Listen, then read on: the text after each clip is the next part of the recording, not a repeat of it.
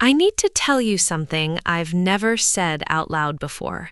Not to my sister, not to my best friend, not to anyone. And I know the moment I say it, you're going to think I lost my mind somewhere between heartbreak and a new city. But just stay with me, because this isn't a story about a girl who imagined things. This is a story about a girl who finally started paying attention to the right ones. And it started with a sound through a wall at 2 in the morning that changed everything I thought I knew about connection, about loneliness, and about what it actually means to know someone. My name is Celine.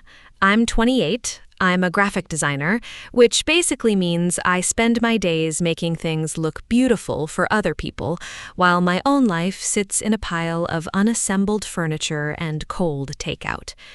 I moved to this city 8 months ago with 2 suitcases, a laptop bag, and what I told everyone was a fresh start, but was actually just running.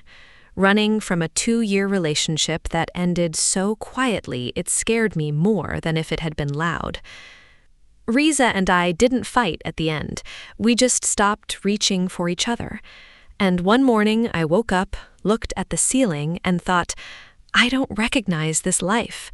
So I packed it up, signed a lease on a 3rd-floor apartment I found at midnight on my phone, and told myself the unfamiliar feeling in my chest was excitement. It wasn't excitement, but I was working on it. The apartment smelled like old paint and someone else's memories, the kind of smell that tells you other lives happened here. Arguments, dinners, maybe a few quiet cries in the bathroom, and now it's your turn to add yours to the walls. I unpacked alone, ate lentil rice on the floor because my table was still flat-packed in the corner, leaning against the wall like it was also too tired to stand up. And I remember sitting there, cross-legged, plastic fork in hand, thinking, okay, Celine, this is rock bottom, but like a cute rock bottom, the kind you can decorate. I really needed to believe that. My neighbors announced themselves slowly. The couple to my left argued about dishes on day 1, not even dramatic arguing, just tired, repetitive arguing, which is honestly sadder. The old man above me had a walker on hardwood floors and was up at 6 a.m. every single morning like clockwork. I started setting my internal alarm to him without meaning to. And then there was the apartment to my right, apartment 3C. For 3 whole days, nothing. Total silence. Not the uncomfortable kind, just still. Like that apartment was holding its breath the same way I was. And then on the 4th night, at exactly 2 in the morning, I heard it. I was half asleep, that blurry stage where you're not sure if you're dreaming or just thinking too loudly, when the sound came through the wall. Piano. Not blasting, present. Like someone placed it carefully in the room next to mine and aimed it directly at the part of me that had been numb for months. I sat up in the dark. I held my breath without deciding to. My whole body just stopped and listened. I don't know how to explain what it felt like without sounding ridiculous. You know that feeling when a song comes on and you think, who told them? Who told them about the exact shape of this thing I've been carrying? That's what it was. Except no one told him. He didn't even know I existed.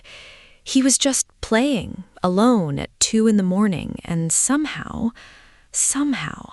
every note landed exactly where I needed it to. I pressed my palm flat against the wall. Not romantically, I want to be clear about that, just instinctively. The way you reach for something warm when you didn't realize you were cold. I didn't sleep the rest of that night. Weeks passed, and I want you to understand something. I am not the kind of person who loses sleep over anything voluntarily. I guard my 8 hours like it's a second job. But every night, without setting an alarm, without even meaning to, I'd find myself awake at 1:45 a.m. already waiting. I started making tea just so I had a reason to be sitting by the wall. Chamomile, then ginger, then whatever was left in the cabinet. It didn't matter. The tea was never the point. The wall was the point. He played every night. Sometimes 20 minutes, sometimes a full hour. And here's the thing that got me. The music was never the same twice. Not like he was practicing scales or running through the same rehearsed piece. It felt like thinking out loud. Like watching someone's brain work in real time, except the brain was made entirely of feeling. Some nights it was restless, fast, almost impatient, like he was chasing something he couldn't quite catch. Other nights it was so slow, so heavy. It felt like grief wearing a melody as a coat. I started mapping his moods without realizing I was doing it. Wednesday nights were always the hardest. I don't know why, I didn't know anything about him, but Wednesdays, something in that music was just broken. A different kind of broken than the other nights. More specific, more personal. I started leaving for work 10 minutes later every morning just in case I might pass him in the hallway. I never did. Once I saw a shadow under his door. Once, I heard him clear his throat on the other side of the wall, and I genuinely had to talk myself down from how disproportionately happy that made me. A cough, Selin, it was a cough, but it meant he was real. It meant he was right there. And I had built up this entire imagined person from nothing but music and silence, and some part of me needed the confirmation that I hadn't invented him entirely. In my head, I decided he was probably mid-30s, worked odd hours or didn't work at all. Someone had hurt him once, badly, the kind of badly that rewires how you move through the world. Probably terrible at small talk, but devastating in a real conversation. The kind of person who remembers what you said 3 weeks ago and brings it up exactly when you need to hear it. I gave him a whole interior life, a whole history, a whole personality stitched together from the way his music shifted on rainy nights versus clear ones. Yeah, I know.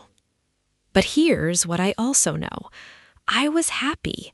Not performing happy, not convincing myself happy. Genuinely, quietly, privately happy in a way I hadn't been since before Riza, since before everything went gray and flat.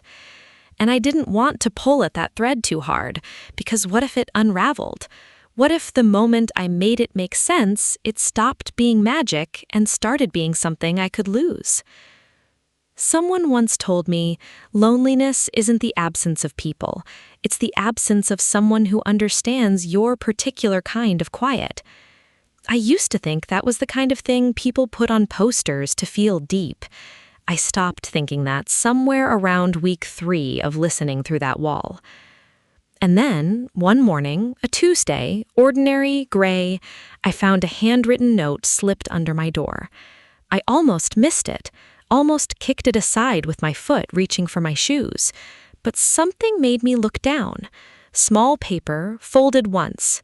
Blue ink, slightly uneven handwriting, the kind that belongs to someone who doesn't write by hand often, but meant this enough to try. I opened it. I hope the music doesn't keep you up. I keep forgetting other people exist after midnight. 3C. I read it 4 times. Then I sat down on the floor, same spot I'd eaten that lentil rice on my very first night, and I thought, oh no, because I had been awake for that music every single night for weeks, on purpose, like a devoted, slightly unhinged audience of one. And now he thought he was bothering me. I wrote back. Of course I wrote back.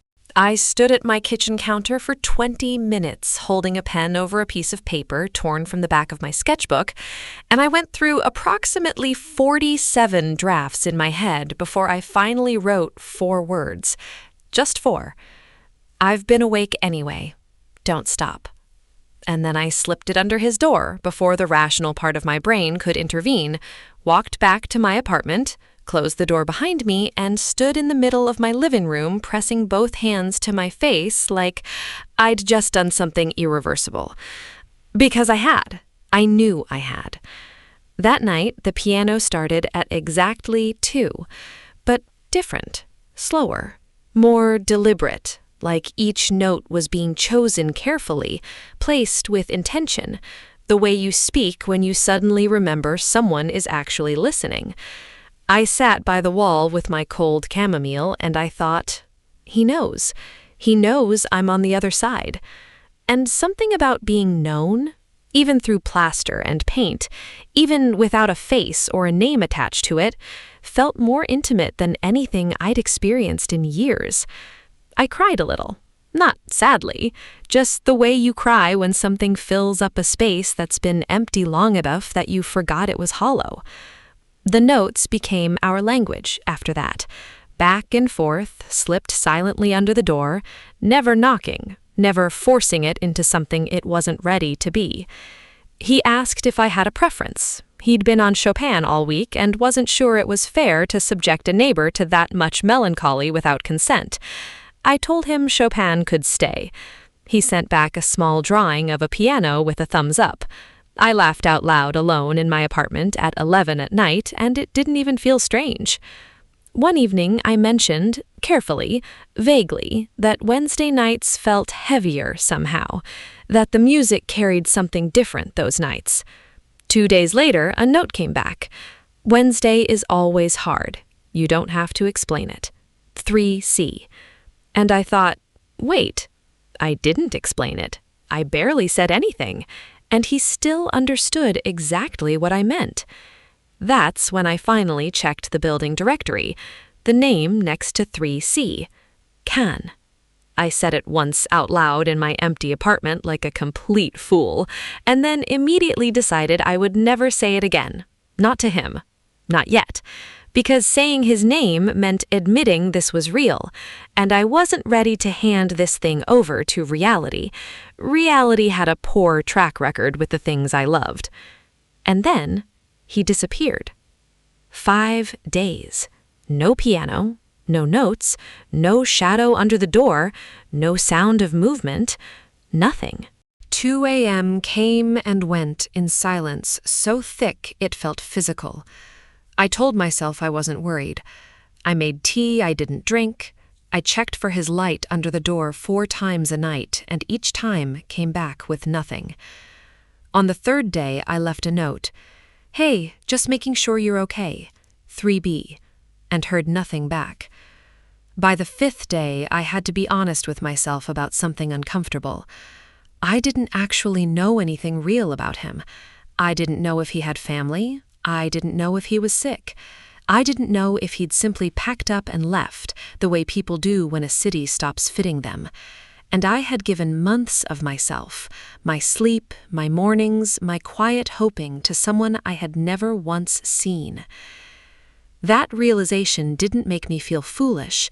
It made me feel something much worse. It made me feel how much I'd already lost him, and how completely I'd let that happen, without permission, without warning, without even a name said out loud between us. Then, on the 5th night, a note. Blue ink, slightly uneven handwriting. I knew it before I even unfolded it. I'm back. I was at the hospital. My sister's baby came 7 weeks early. I've been sleeping in a waiting room. She's okay. The baby's okay. I played them a song on my phone when they finally let me in. It was embarrassing. I didn't care. Con. I sat on the floor and held that paper until the edges went soft. If you have someone like that, someone whose particular kind of quiet matches yours, don't wait until you've figured it all out. Slip the note under the door. That's all. Just let them know you're listening. Okay, that's everything. I told you I'd tell you the truth. I've replayed that first night, the night the piano started, more times than I can count. And what gets me every time is that I almost put in earplugs. I almost complained to the building manager. I almost closed the wall off before I ever let it speak to me. And I think about all the times in my life I've done exactly that, with people, with moments, with feelings that were inconvenient or scary or came at the wrong hour. We're so fast to protect ourselves, so fast to call something a disruption instead of an invitation. I'm not saying every 2 a.m. sound is a love story waiting to happen, but some of them are. And you'll only find out if you press your hand against the wall and stay very, very still.